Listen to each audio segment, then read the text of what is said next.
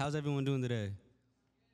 That's good. I'm so happy that y'all came out to join us. I know it's about to rain, so we're gonna do this nice and quick. But we're gonna get into some really good information. First, thank you to the Art of Hip Hop Museum for hosting us. Like this is one of my favorite places in Miami. I don't know if you guys have gotten a chance to explore it, but there's a lot of great, rich culture here, and it's amazing. So I want to start this talk off. Not we're gonna dive into the book in a second, but because we're at the Art of Hip Hop, I feel like you know we wouldn't be doing it right if you didn't give me your favorite hip hop album cover. Favorite in here or favorite No, general? no, no. Favorite hip hop album cover in general. ATLiens album Ooh. cover. Ooh. ATLiens album cover. Oh, that's a good one. That's a good one. I was gonna say Graduation by Kanye, but that's actually a really good one. I kind of want to change my answer. Okay, so before let's dive in. Let's dive into more so about you first, though. Talk to me a little bit about yourself. Tell the people who you are. Okay. Tell the people who you are and why you decided to write this book. Okay, my name is Lemar Ingram. I've been in corporate America now for almost 20 years. I'm older than I look. Originally born in Queens, New York, grew up in the West Indies in Trinidad and Tobago. I was there till I was about 11, 12. Came back, and throughout my life, hip hop has been a major influence in all of my accomplishments.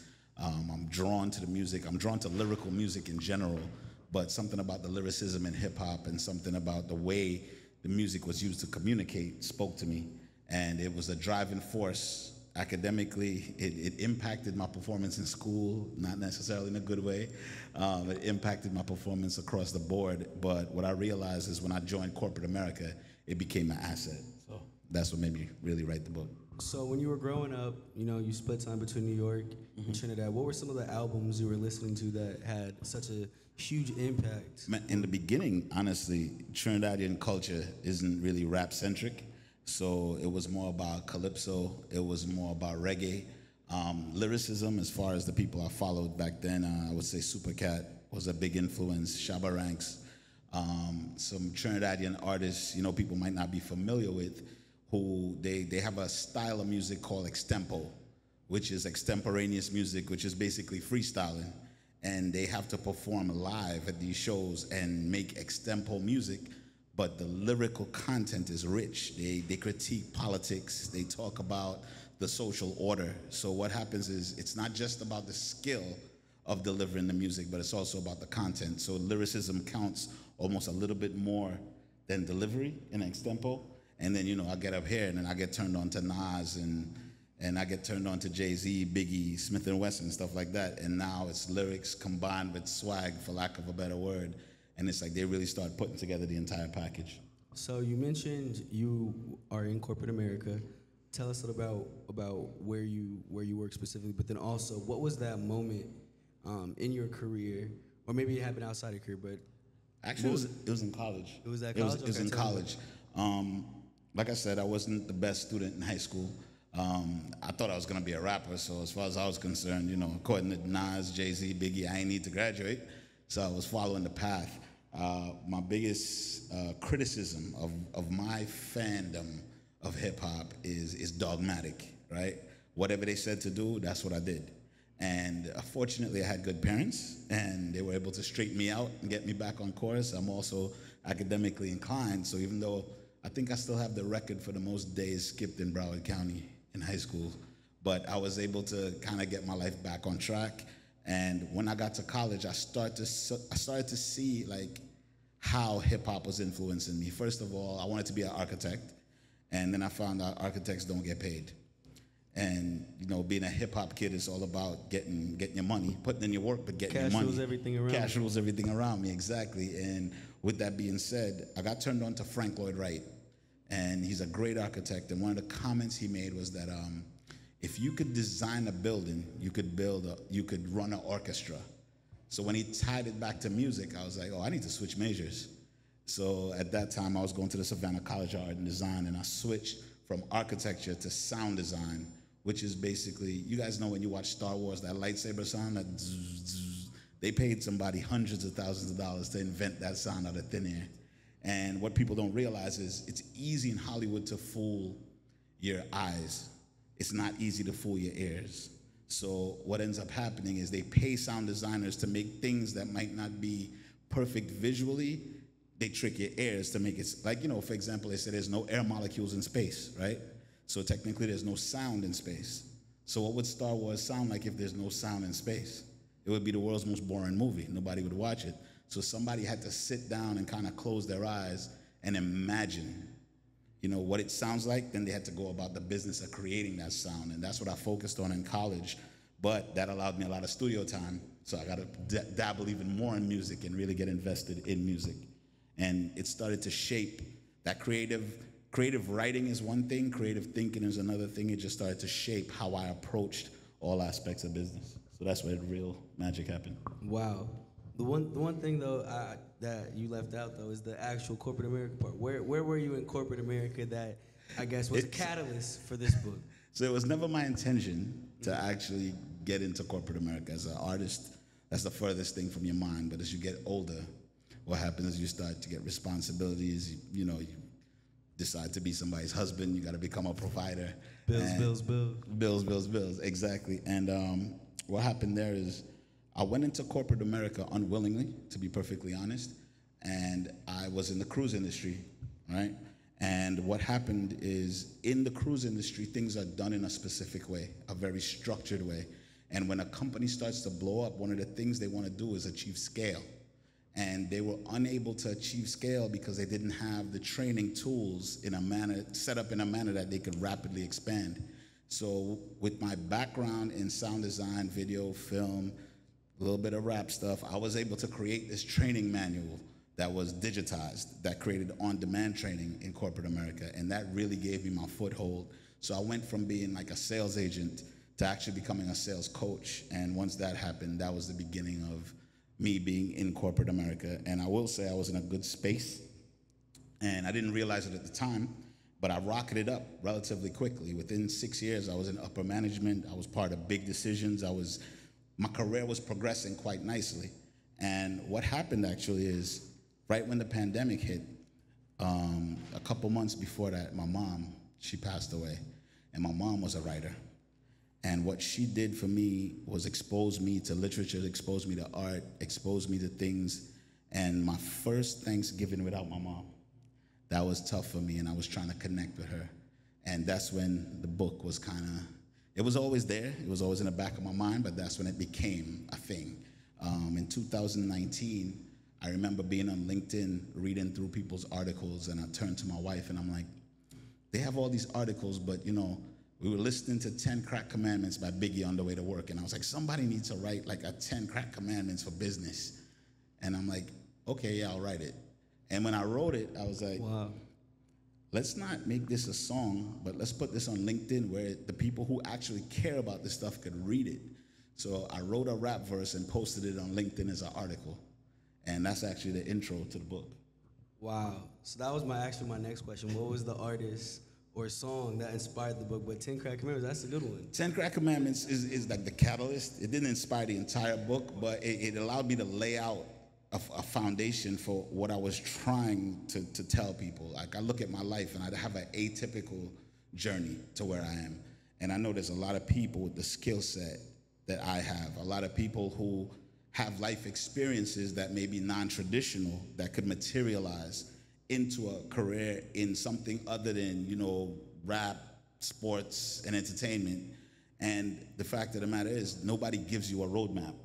So I wanted to create a roadmap so kids could I say kids, but I mean younger people could get a grasp on how to play this game at a high level. And I also wanted them to know you don't have to go to Harvard Business School. You don't have to go to Wharton Business School. It's like, if you listen to Nas, Biggie, Jay-Z, you got like half the roadmap already. You just have to learn how to access the information and apply it appropriately. So you mentioned Nas, Biggie, Hove. There's a lot of rappers that you sprinkling throughout the book. Nip, J. Cole, like the list goes on and on. How did you go about selecting those rappers? So hip-hop being such an integral part of my life, it wasn't about selecting the rappers. It was like I would stick to the subject matter. I would write specifically what I thought needed to be shared. And then there was always some song that tied in perfectly.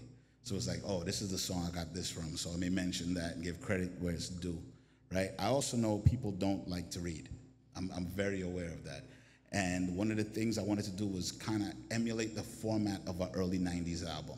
10, 12 songs, short format, 2-minute chapters. And I did it in a way where it's about the illustrations, it's about how the book is executed. And then I said, okay, they still won't read it. But remember, I'm a sound design major, so I was like, oh, I'll go to the studio and just voice the whole book. I'll read it to you, and I'll just put the barcode in each chapter. So if you don't want to read it, look at the pretty pictures and scan it, and we halfway there. That was the game plan. Wow. What was one of your favorite verses? I know, you got a lot in here, but what were one of your favorite lines in this book that inspired XYZ chapter? So Illmatic, AZ's verse at the beginning of Illmatic, when it's, visualizing the realism of life and actuality. Who's the baddest? A person's status depends on salary, and my mentality is money orientated. I'm destined to live the dreams for all my peeps who never made it. Like, I remember when I heard that, and I was like, wow. Yeah, that's it. That's the recipe right there. Can we make some noise for that recall? Because that's a hard verse to really just go off the top with, but that's amazing. All right, let's dive into the book. It starts with "My name is my name." Yeah. What is the inspiration behind that? Tell us a little bit about that chapter. "My name is my name" is actually the last chapter I wrote. When I was done, I gave the book to one of my mentors, and he was like, "This is perfect, except people don't know who you are. So I need you to go back to the front of the book and introduce yourself appropriately." And the best example, being so steeped in hip-hop culture, if anybody remembers the show The Wire, one of the greatest shows ever on HBO, there's a scene where one of the main characters is like, "My name is my name." And, people don't get what that means, but it literally means my name is what I stand on. It's all I have. It's the only thing that probably can't be taken away from me. So I defined myself in that chapter, and I wanted people to understand what I believed in, what I stood on. And one of those principles is, it's more, in corporate America, perception is reality. But in my world, what it is more important than how it looks. And I've always lived by that principle, which is not something that most of my managers and coworkers got along with, but it has served me well. So I just wanted to set the tone for the book by touching on that. That little piece that you just said, how it is what it. Say that one more time. Say that one more time and break it down for us. What it is more important than how it looks. Okay. And I'll give you an example. Yeah. I could pull up outside in a 92 Camry with $100 grand in the bank, and everybody down here will think I'm broke. Or I could pull up in a Range that I rented, and everybody will think I'm rich. But what's the reality of the situation? What's more important, right? Flossing is cool, but that's not the recipe for success. Because at the end of the day, the reality of things is what matters, not how it looks.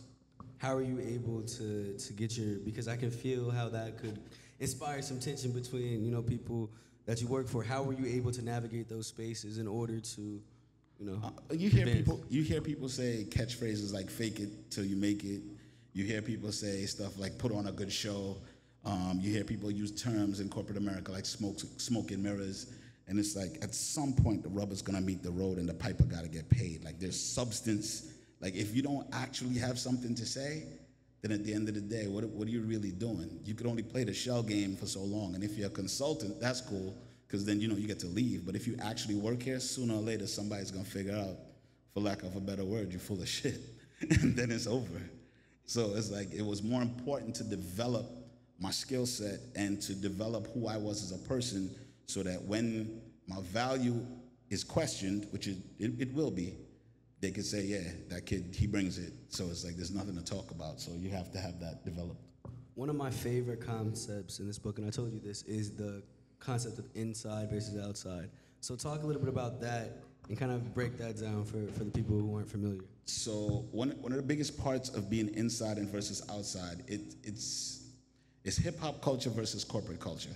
So I refer to hip-hop culture as being outside, meaning you're outside in the street, you're dealing with a different element. The rules of the game are a little bit different in all aspects of the culture. And the best example of this is, how you react. For example, if I'm in a club with my friends and somebody bumps into me, if I'm trying to put forward a certain image, if I'm trying to be a certain way, I might have to react a certain way. As a matter of fact, I might bump into somebody and be genuinely sorry. But if you talk to me like you're crazy, I'm gonna have to respond with the appropriate amount of force in this particular culture. Now, in corporate America, inside, it's a completely different scenario. Controlling your emotions is the most important thing. So when somebody does something to slight you intentionally or unintentionally, what matters most is how you handle yourself. You know, remain calm, don't react, think, and then do what strategically gonna lead for you to be successful. And that was something hard for me to grasp as somebody who grew up in hip hop culture. I'll give you an example. I remember one time somebody made a joke while I was with he's a VP now, but at the time he was a director. And there was like a white substance on the ground. We're in the office and somebody walked by and it's like, hey, it looked like you dropped your cocaine, haha. Now the kid was just making a joke and trying to be cute, but I'm in front of like somebody who's rising up in the company and you're playing with my career and calling me a drug dealer. And my reaction was an outside reaction as opposed to an inside reaction. And the consequences of that is twofold. Number one, I had to go to 16 weeks of anger management because I blew up at work on the floor, like to the point of like, yo, we could go outside if you want. Like it got bad. Wow. And number two, down the line when it was time to get promoted, everybody brought back up that moment. Nobody remembered how much money I generated. Nobody remembered how well I executed. It was like, but can you control your temper? Can you control your reactions? And that was something, you know, Prodigy got that line, temperamental, I snap quick, very touchy, my attitude is real messed up and real shitty. And it's like, outside that serves you. If I go outside these doors right now, that works. But when you're at work, that does nothing for you. If anything, it slows you down. And if nobody pulls you aside and actually holds you accountable and tell you, yo, chill, relax, what do you get from responding like that? And that was something I definitely want to capture in the book so that, you know, people understand control their emotions is what really makes you a weapon in corporate America. How are you able to overcome that? Because I feel like moments like that, especially for people who look like us, they tend to follow you, you know, 10 years down the road. The first time it costs you real money, you'll stop. That's the hard way. That's the way I learned. But the key is to be in control, not when something bad happens, but at all times, right? It's kind of like, you ever seen like them cartoons of like monks? How they just, you know, no matter what happens. It's like in the business world, just like in real life, you're gonna get slapped up and down a million times. Stay calm, navigate, move forward. Sometimes you go home and sleep it off. Sometimes it's a good day. But the fact of the matter is the more even keel you are, is the better you are. So it just took a second for it to resonate with me. How many years did it take? I'm still working on it. Okay, because look, any advice you have now? I'm better at it now. Okay, I'm cool. better at it now. I guess I was getting a little bit too personal for a second. Because any advice? Maybe we need to talk a little bit more off camera. Chapter 5. This is one I asked you about before because that was the one. First of all, this book is phenomenal. A very good read, very easy read. It's something that, you know, for someone that, despite my career, like I don't like reading that much, but it's something that I was able to breeze through, right? Because it was very impactful, right? But chapter 5 is the only one that the Highlander part, that was, and I asked you this before, like that's something I still didn't really understand, so I want you to break that one down. Every time we do an event about the book, this chapter comes up. It's called Navigating the Highlands. And it's actually it's the one chapter that's not based on a hip hop song. It's based on a movie, Highlander. And if anybody remembers the plot of Highlander, it's these immortal guys and they gotta kill each other so one could be king, right? And in corporate America, that's how it feels sometimes, right? Everybody's trying to be the one. Everybody wants to be the golden child. And it's a twofold thing. First of all, there was a racial element to it. And secondly, there's just an overall prosperous next level promotion element. And I feel that the overall culture of corporate America being like, listen, you got to beat out everybody so you could get promoted. Collaboration is discussed and is said like this cool thing, but at the end of the day, everybody wants credit. It's not about collaboration. So that Highlander mentality permeates the space. But the scary thing about it as a black man in that space, it's even harder to navigate because then you start falling for little cultural, I wouldn't say uniquely American things, but cultural things that play with you. Like somebody be like, oh my God, Lemar, you're so intelligent. You're so well-spoken. You're not like the other guys. And it's like, if you're not careful, you start to buy into that foolishness and you take it as a compliment. And it's not a compliment. It sounds like a compliment. And the scary thing about it is when you're in a room at the highest levels, sometimes you kind of feel like a drop of ink in a bowl of milk, to be perfectly honest with you. That's how it feels. I've never heard that one Because the before. thing is, everybody around you doesn't look like you. They don't have a background like yours. They can't relate to you. So they try to give you, I'll give you an example. We went to a football game. I'm in the owner's box of the Dolphins game. We're hanging out. And somebody's like, oh, you wore Converse. I thought you would wear Jordans. And that was them trying to talk to me and be nice. And I had to be like, yeah, I wear Jordans sometimes, just not today. Okay. Then I had to take like a little walk to the side, breathe 10 times, and come back, right? But that's an example of how these things happen. And that's somebody genuinely trying to connect with you that just doesn't know how to connect. So the goal is, number one, I got to be authentically me. And then number two, I got to get in that room, and then I got to get like 5 more people like me in that room. And like me doesn't mean my race or my complexion. Like me means kids who grew up listening to hip hop, kids who can relate to everybody, people who can tie back other elements of the culture besides what you learn in the college hallways, so that the space could become more diverse, And sometimes to make that happen, you have to find a mentor or an ally that does not look like you. They have not, like one of my VPs, she's actually executive vice president, and she would ask me these questions, and it was an honest space. We got to a point where we could really communicate, and she was like, Lemar, why do rappers wear those big gold chains? And she's like, if they have money, why don't they just put it in the bank? And I was like, so the big gold chain thing is actually a drug dealer thing? It's not a rapper thing? And she was like, well, why? And I was like, if I tell you, you wouldn't believe me. She was like, please explain it to me. I'm like, all right. When the cops arrest you, whatever you have on is a personal possession, and the state can't take it away. So if I have on a $300,000 gold chain and they lock me up, when I get out, whatever year that is, I have at least $300,000. That's why they do it. That is the real reason why they do it. And she was like, oh, that actually makes really good business sense. I was like, I know. By the way, I wrote this book. You should read it. So I was like, that's the type of conversations, and identifying those allies in those spaces who could help you out and help you establish, and then you have to teach them, right? Because, everybody talks about this book is something to help kids learn to navigate corporate America, to help young adults and young professionals.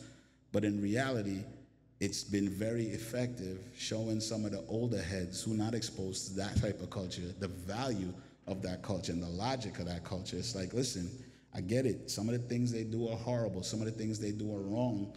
But if you want to be honest, some of the things y'all did was horrible, and some of the things y'all constantly do are wrong, and you still do it because it makes good business sense. So let's embrace that and be honest, and then you could learn to find talent in other places and really, open up and live up to that whole diversity and equity thing that looks good on paper, but nobody actually does. No, it seems like, a lot of those things that you mentioned are like microaggressions, right? So it's beyond microaggressions, man. And the reason why it's beyond microaggressions is sometimes it's people who genuinely trying to be nice. They don't even know what they're saying sucks. Like, they don't get it. It's like, no, Lemar, you're really well-read. Oh, my God, you know about Shakespeare. Yes, so does everyone in my household and all of my friends and everybody I went to college with. They're not being mean. They're trying to find common ground with zero commonality. It's 2 completely different cultures, so it's very hard. So you almost have to learn. One of the lines I put in the book is like, try to remember nobody's trying to play you, right? I had a boss when I first started out, and I'm trying to tell this story as anonymously as possible. First time in a management meeting, Katrina happened, and he was like, look at those people. They were just waiting to steal. And I was like, what? And it's like, I was young. I almost like blew up in the meeting. I remember another mentor, just, easy, young buck, chill out. Just let it slide, let it slide. He didn't mean anything by it, let it slide. And I'm like, but how could you see people like trying to get food and float by? How could you say it? It's because what he saw and everything he knew about Hollywood and everything from where he was from told him that this is what he's seeing, as opposed to looking at it through a lens like that man who just broke into that store is trying to get food for his baby who is stuck on the roof because the entire neighborhood is floating away. Like he didn't see the humanity of it. By the way, in time, that dude is one of my biggest advocates now, and we have a great relationship. I just had to be patient and realize it's going to be a little bit of a journey with him because where he came from, he just never met anybody like me before. So he couldn't see it, you know? There's a lot of strength. Can we make some noise for the strength that this man has showed? That's what's up.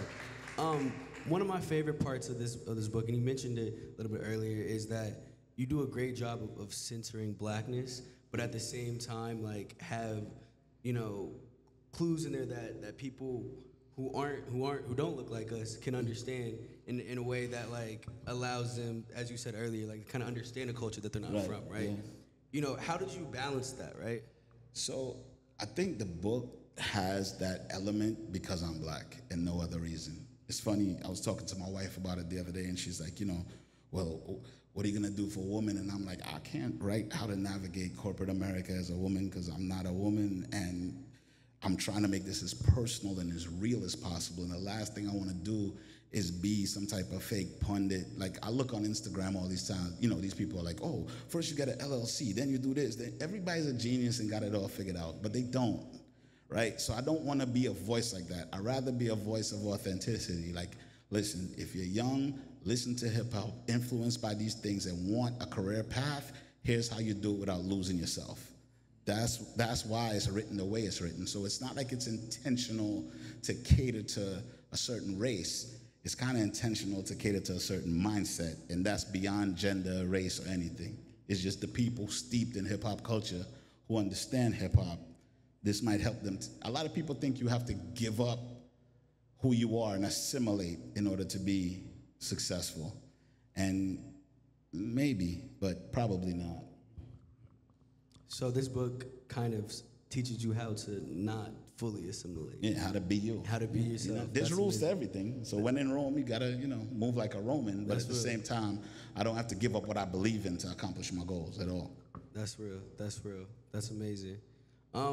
First, let me pause for a second. Does anyone have any questions? Anybody? Because I mean, I can sit here and talk with him all day. But if anyone has anything they want to, you know, get off their chest, no? All right, for sure. We just gonna keep going there. What's up?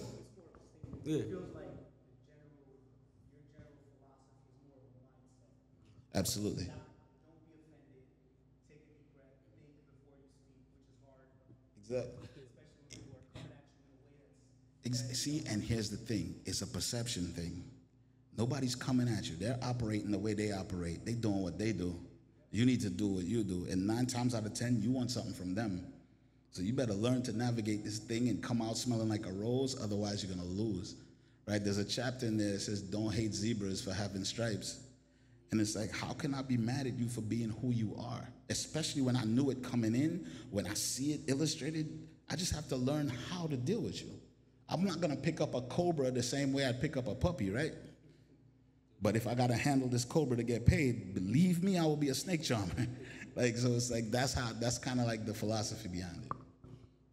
So I kind of want to, because we are at the Art of Hip Hop, I want to get into some more like hip hop topics. All right. First, who won the Drake Kendrick beef?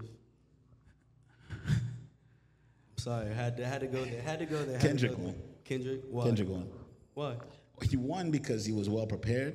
He won because he did something that could not be foreseen, right? Everybody knows the Drake formula. He thought he was gonna hit him with a back-to-back. Game was gonna be over. He was gonna make a catchy club song and ruin him. And Kendrick was able to be himself still, super lyrical, but he got with the right producers to make sure that the music he made had some staying power. And that's probably gonna be the song of the summer, probably. He won in all ways. He won on social media, yeah, and he beat him at what he does. That's why he won. He beat him at what he does while maintaining and doing what he does. Mm-hmm. So it's over. No, that's real. I mean, I gotta agree with you, 100%.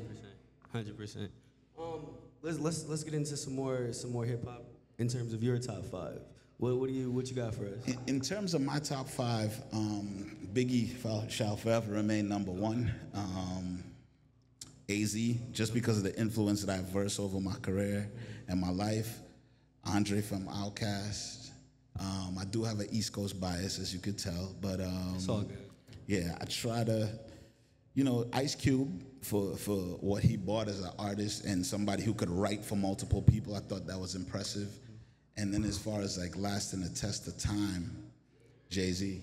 you know, and Jay-Z kind of shows you how to take that rap thing and turn it into a corporate thing. So How do you feel about? I know that there is an argument that people have started to take as time has gone on. Right, people have started to take Biggie out the top 5. that's Tupac's because out the top that's 5. because they don't know, and you have to forgive ignorance. But if you ever want to test the theory, all you do is take any beat that's out right now and line up a Biggie vocal on it and see if anybody could out-rap him, and the answer will always be no. Wow, It's that simple. I mean, you're right. But there is a. I mean, again, I'm playing. And it's 25-year-old, 30-year-old raps. Yeah. That's killing dudes out right now. That's real. But there's only two albums that, you know. Yes. The posthumous, like, you know, but. Yes, I agree. There's only 2. But if all they had was the Mona Lisa, you wouldn't know. That was deep. I'm just saying, you would know. That was deep. Sometimes it's not about how much, it's about the impact. I mean, rap could be traced back to certain hard lines, right? You know, when Rakim started rapping, the lyricism took another level. When Nas started rapping, production and superstar rappers were born. And when Biggie started rapping, it was very clear that rap was going to be the new pop. So it's like, you can't deny it. And there's no category of rap where Biggie cannot stand. He could hang with the super lyricism. He could make club music. He was a complete artist. And nobody can say, oh, I'm not feeling Biggie. You know what I mean? I've never heard that. Exactly. And then, you know, people say, oh, it's a small sample size and that music is from way back. But it has lasted the test of time, which is the true mark of a great artist. Of course. No, of course. The AZ one was a little bit, is it just off the Life's a Bitch verse, or? The AZ thing is, sometimes you're great at what you do and people just don't recognize it. Or sometimes it just doesn't resonate. Unfortunately for AZ, he was always rapping next to Nas. That's a bad spot to be in. He never got a chance to really work with a super producer. But if we're talking about, if aliens landed and they said, give me an example of good rap, and somebody handed him an AZ album, I'd be okay with that. That's fair. I prefer them hand the alien Jay-Z record or even an Outkast record, but. I mean, yeah. But, you know, if they did give him an AZ record, it'd be all right. All right, for sure. The book itself. Mm-hmm. You know, I know that you've been, you know, doing a nice book tour over the last year. How's the reception been for you? So it's been interesting. There's multiple formats to how we go through it. I think the first event was actually you and I. Okay. And, you know, it was this kind of format, which I think it works. Recently, I did a book listening party, staying in the theme of being heavily hip-hop and 90s album. We actually listened to the entire book, and we had a DJ, and he was playing, like, instrumentals behind the vocals, which made it like a thing. So that's resonated. I've done a couple stops at different colleges and just did a straight QA session. So different things at different times. You know, it's been fun for me. It's a little, I didn't realize when I wrote it how personal it was. So I wouldn't say overshared, but I'm not the type of person to walk up and say hi and really be outgoing like that. I kind of let my work stand for itself. So there's a lot of people who know me a lot better now than traditionally based on my personality. So it's opened me up to kind of expressing myself and showing people who I am. Wow, how has that been? Like having that level of visibility? It's a little vulnerable. Bro. Yeah, it's a little vulnerable. Vulnerability is hard.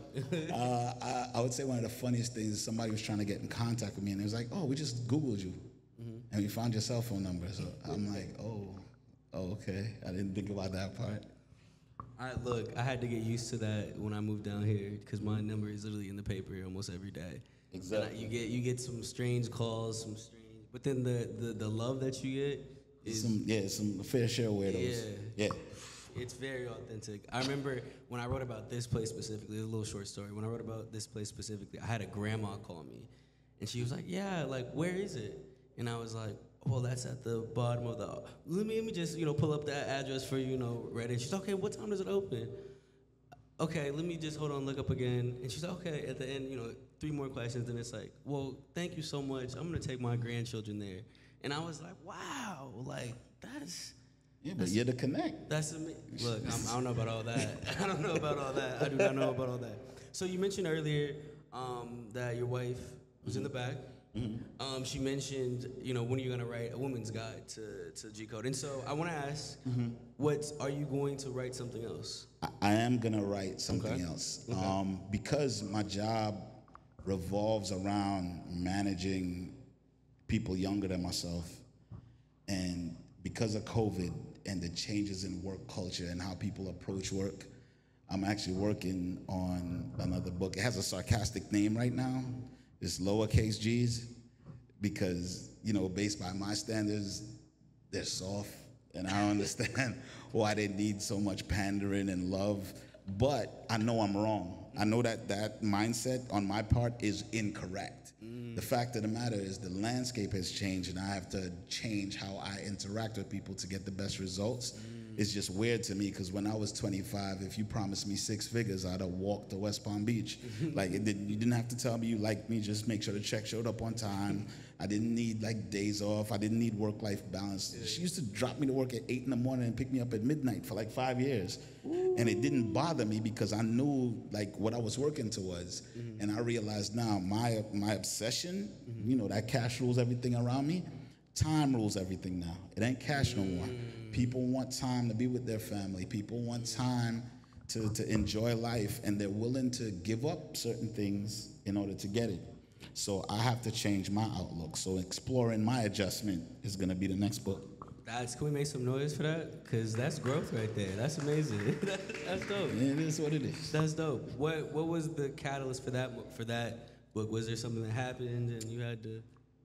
Yeah. So as the head of a department, I remember when I laid out the compensation plan, and everybody just kind of looked at me like, okay. And I was like, and free breakfast. And everybody's like, yeah! And I'm like, so the free breakfast got you excited.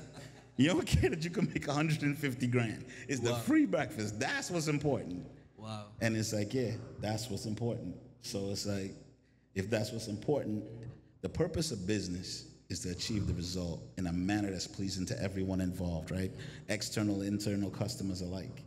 So obviously, I have to make some adjustments about how I operate in the world. And I realized a lot of my other friends who come from my era, they are having a hard time making that adjustment too, because we have those phone calls on the way to work like, I don't understand why they like this.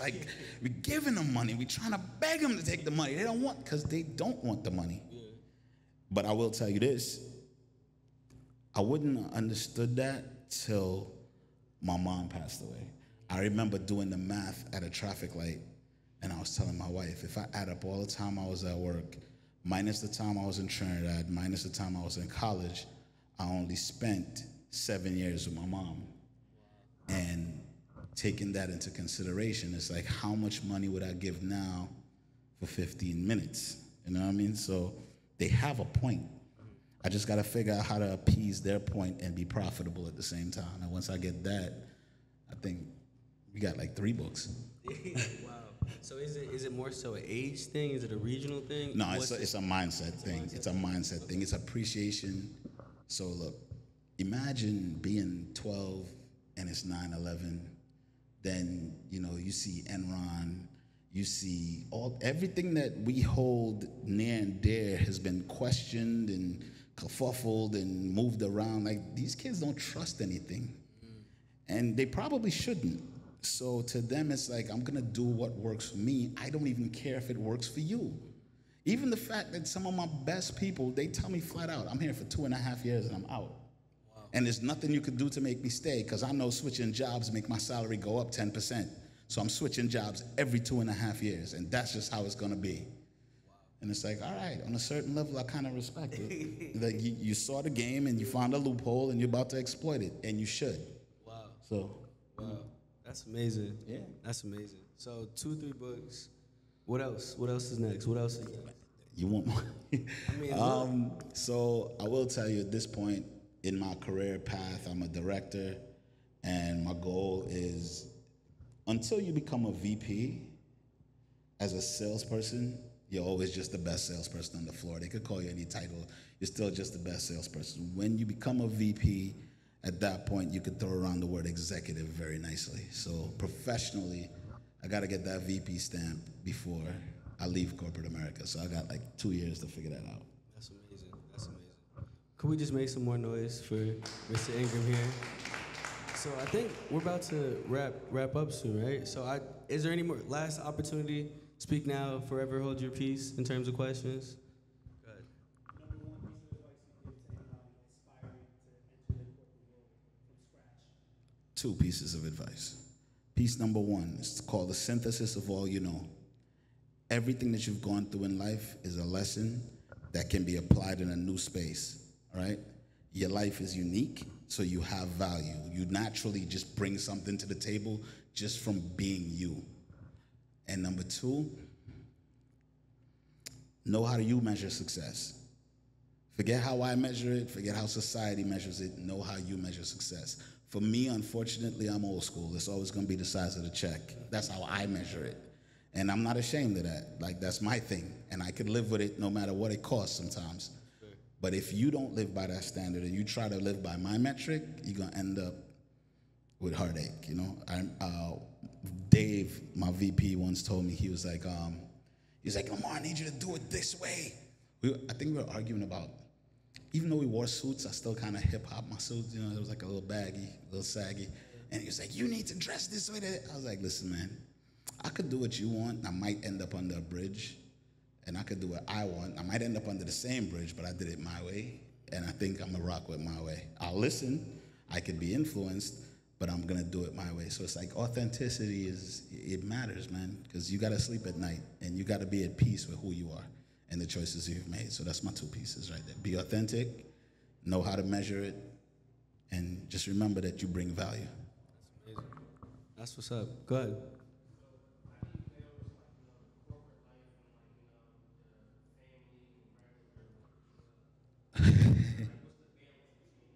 You see the face you just made? Oh, sorry. In the beginning, listen, if you want, the first stage of corporate America is trading time for money. So there is a 3, 4, 5-year span where you hit pause on your family to get your bread and make your reputation. Now, once you make your reputation, now you have earned the right. I remember somebody said to me one time, like, oh, all you do is just walk around here. I said, yo, one day you'll be able to walk around too. Here's what you have to do. Go to college, invent your own major, graduate, set the record as a salesperson, become a member of management, get your MBA while managing the team. And once you knock all that out, you can walk around too. So it's like, you know, there's a sacrifice period. You could, listen, how do they say it? You could live like a pauper for a little while. And that goes for time or money. So eventually you could live like a king. Because that work-life balance thing, in my opinion, is a prioritization thing. There will come a time where I gotta pay the piper more than I'm at home. But if we get through that, the next side of it, we got all the time in the world to do whatever we want, because now I have a reputation of always getting it done. So even if I'm slipping, it'll take them a while to notice. You know, we could disappear for 2 weeks and it'll be cool. So it's all about how you wanna play the game. And I'm trying to play long-term all the time. No short-term wins. I hope that helped. You're gonna need that later, huh? Well, go ahead.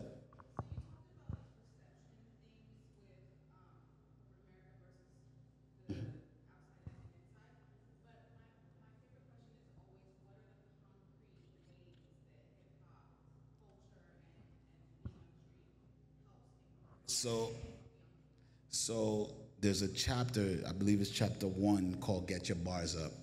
And it's about the importance of hip hop. So, you know, every kid wants to be a rapper, right? Everybody wants to be a poet. But before we even go there, if you ask a 5-year-old right now, can you draw? What's the answer? Yes, even if they suck, right? If you ask an adult, can you draw? Even if they can draw, the answer is no. While you're in that young and impressionable stage, you should try to be a rapper. You should definitely try to be a rapper, and here's the reason why. The number one fear in America is public speaking. By being a rapper, you knock that fear out very early. Number 2, 90% of rap is about freestyle and vibe and reading the room and synaptics and reactions, and that's what makes you great at rap. Well, that's exactly what makes you great in corporate America.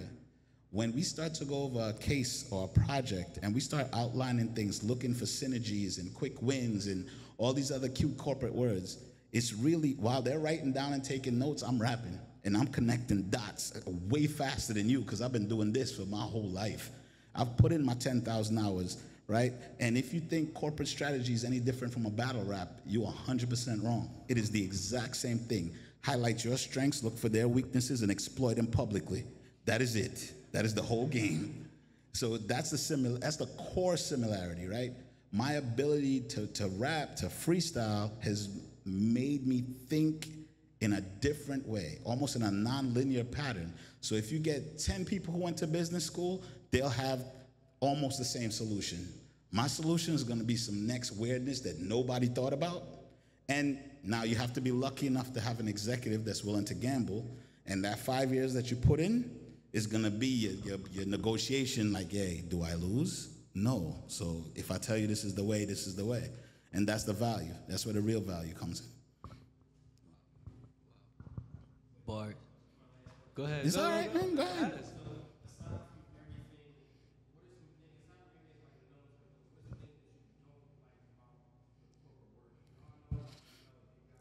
The number one thing I don't like is the lack of loyalty. All right? Loyalty is rare in corporate America. And when you find it, when you have a clique in a corporate setting, you run with them. Don't change. I had a crew, and for the bag, I walked away from them, and it's harder now without them. We're stronger together. Without them, life is, I gotta take everything everybody says now with a grain of salt. I got nobody watching my back like, yo, this person said X, Y, Z, but nah, they on some bullshit. Like, I don't have any extra eyes.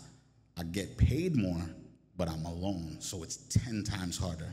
There is strength in numbers. Additionally, you can't play forever, so set your timer. Top three, set your timer. Like, know when you want to leave, when you want to retire, when you want to branch off, when you want to go do your own thing, because as long as they can get from you, they will take, and that is what they're supposed to do, and they pay you for that, right? But the moment they can't get from you, guess what happens? Exactly, you get a nice watch, and it's over. And then last but not least, share, man. So many people figure out the game and they don't tell anybody. Mentor somebody, help somebody. Like, try to at least duplicate yourself. You know, on the lowest level, share and help. Those are the top three. How are you, I'm sorry, that was a great question. How were you able to find that click? So when I first came into corporate America, I noticed some charismatic guys that were just doing it. And, you know, you want to win, you surround yourself with winners. And these dudes were probably 10 years ahead of me. So as they went up, you know, I tried to impress them. And it's like, oh, little man got some skills. All right, we'll bring him on along. So I was their underling for a little while. And, you know, that mentor-mentee relationship formed. It wasn't until later on I realized they were doing to me exactly what I did to them. When you get to be my age, you need a young gun showing you the young gun stuff. So I thought they were doing for me. I was doing just as much for them. They just didn't tell me. Now I'm their age. Now I know what happened. But you need to mentor somebody and show them how to navigate the game. And you need somebody under you who's showing you how to navigate the stuff that you didn't experience and you don't know how to relate to. You know? No. So that's how we found each other. And the problem is, when you're in a clique, there's a hierarchy. And, you know, everybody got to get promoted in a role. I got impatient. So I did my thing. How do you battle that impatience? Because I understand the longing to, you know, to get paid, but at the same time, like, you know, that. So here's the thing. Nothing good happens in the comfort zone, right? And additionally, I feel like you can't be king where you grew up. When I entered into corporate America, I was 24, 25 at the time. I was with them for a minute, but they're always going to look at me. You know how you introduce your little brother or your little sister as your little brother or your little sister, even when you're in your 70s? I'm always going to be the youngin' to them. So I needed to go into a space where I could come in as the king and be the king. And it's a gamble, and it's tough. The crown heavy, but, you know, it's the crown. Is that so getting back to something you mentioned earlier, the people that come in and like, yeah, I'm gonna be here 2.5 years and I'm out. So do you see the value in that now? So in this space, yeah, I see it. And If I did that back then, it would have been a bad move. But if they do it now, I've seen kids who haven't improved their skills at all go from junior analyst to head analyst to lead analyst in 3 years because they keep switching jobs with just enough skill to get past the interview. So, I mean, you know, but sooner or later, the reality of the situation is going to come to light. So that can only take you so far. At some point in time, you're going to have to do something or show something to make people be like, oh, this person's worth it. And when you can't, but if you can, good for you. So how do you, I guess, if I'm not trying to get you to give out the whole next book yet, right? But what one of the biggest takeaways for me from this was like the power of authenticity, right? Something that you've spoken to a lot. What is going to be, or I guess, what do you hope to be the next takeaway from the next book to be? I think this book was written from a minimal compromise perspective. Like, I'm me and you're going to learn to love me, right? I remember I used to tell one of my bosses back in the days, I'm like, I know why I'm here. It's not because I'm your favorite, it's because I'm good at what I do. And I'm cool with that. I don't need to be a favorite. But when you're in a leadership position, to get the troops to operate the way you want them to, you got to be liked a little bit, and you got to use a little bit of honey, and you got to compromise, and I got to give them the free breakfast and the extra day off, and I got to work with the system to get what I want. And believe it or not, if you had 2.5 years with me and it was a great 2.5 years, you're going to tell somebody who's about to switch and come over here, yo, this is the 2.5 years you want to spend in, hey, if that's the cycle, that's the cycle. And that's okay. So I got to maximize, I got to kind of figure out how to maximize the time I have with them to have the most impact and get the most at the same time. So minimal compromise, A little more compromise, exactly. Well, I appreciate you for sitting down with me, as always. As always. This is dope. This is super dope. Is there any more questions? Anything else? Cool. You've been nodding the whole time. You got to have one question. All right, fair enough. Okay, for sure. Well, make some noise from Lemar, man. Everybody, thank you guys. Make some Thank noise you for very yourselves, much. too. I appreciate you guys for coming out. Would you like to say anything? Here you go.